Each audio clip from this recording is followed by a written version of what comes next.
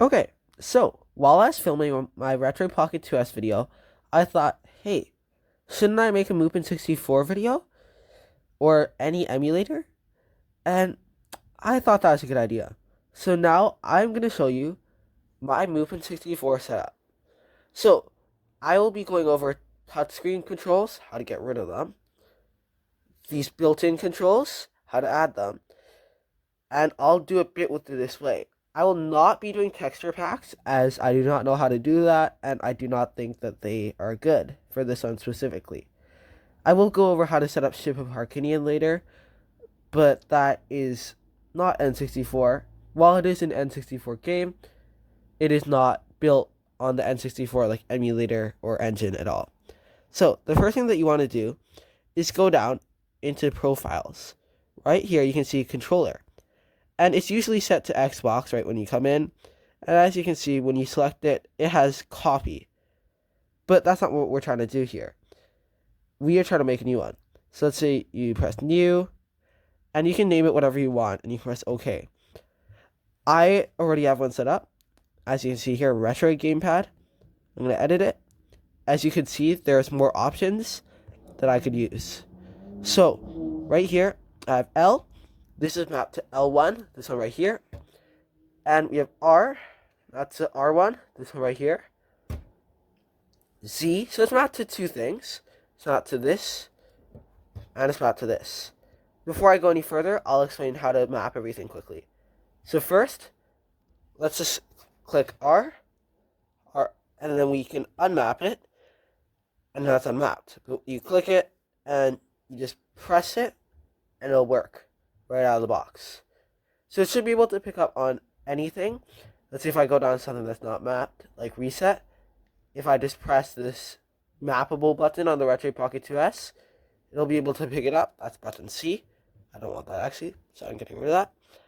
So S, map to start. A, map to A. B, map to B. So C-pad. On the N64, there are 6 buttons in total. A, B, C-pad, up, down, left, right. So there's not 6 buttons here, as you can see, and they're positioned this way. But there's not 6, so you're going to have to use the joystick. So as you can see, C-pad right is just mapped to this, C-pad left mapped to this, blah, blah, blah, etc.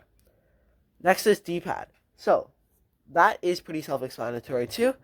It's just D-pad up, D-pad down, D-pad left, D-pad right. It's explained there. Analog, it is a similar idea. Just make sure that you follow the arrows on everything, including D-pad and C-pad. So when it says go right, then you go right, left, etc. So the last thing I like is save slot. So I have that map to select, so I can easily, I'm playing my game, whenever I'm playing Mario 64, and I just tap it, and it'll save. You can do load slot, but I find that a bit harder to use. I also have fast forward as R2 up here, and then it's a hold. So if I let go, then it'll stop fast forwarding. It just kind of helps out a bit. Now, let's go back. If you go into the game right now, you'll see that the controls have not changed at all, and you'll also see touchscreen controls. Let's fix that. So go into select profiles. So don't worry about any of this stuff, but just go to touchscreen. Or no, not touchscreen, sorry, my mistake. Controller 1 profile. I'd assume that it's usually set as Xbox, but I went up and I just selected Retroid Gamepad, the one that we set up.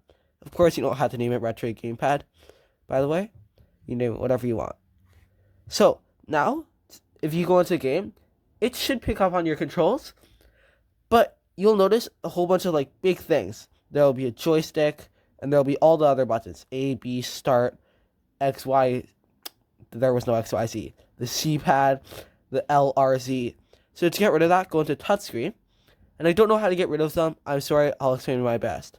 Button scale, this is usually set to 100. Just bring it down as low as you can.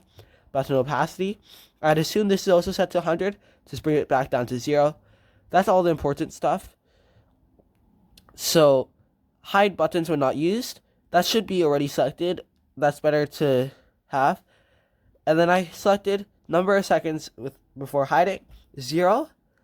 So technically, it'll hide it immediately, which removes the need for button opacity, but I like to have it in general.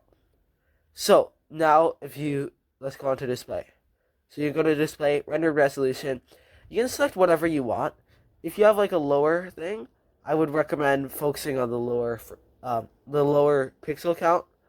But Retro Pocket 2S can definitely do it, no problem. 480p, that's exactly the screen resolution. So screen orientation, landscape, just make sure that when you go into the game it looks right. If it doesn't, then that should be changed. Immersive mode, you should have that on. It'll make this disappear. Action bar opacity, just leave that as it is, as long as you like it. Frame rate, this is usually off. I turned it on because I'm going to film some videos later that need that. So this one right here, it says that it can hurt performance on lower end systems. So if you have something like a 3566, I think that's what they're called, 3356? I'm having an existential life crisis right now. I don't know the name of it. But if you have a lower end system, just click that off. But this should be able to do it really well. That's all for that. Now, if you boot up into the game, scroll up. Let's just find like Mario. Yep, Mario 64. Start it.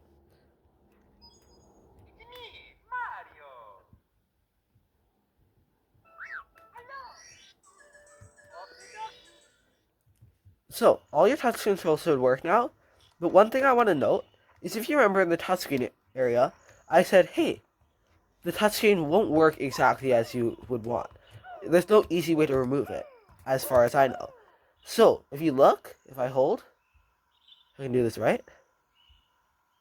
There we go. So, I am touching the very tiny joystick.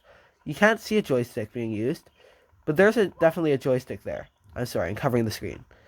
But, as long as you just avoid touching the screen that much, it shouldn't be much of a problem. And if I can find it, there should be other buttons around. And just keep that in mind, where if you suddenly see, hey, my character is moving, then just know that that's because there's no easy way to remove it.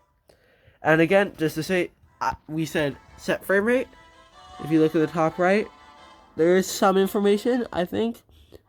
I can't really discern what it means, but that is something that you can probably figure out. I have not figured out yet. I'll figure out sometime. So, that's mainly it, and I hope you like this video. Please subscribe. Thank you. Bye.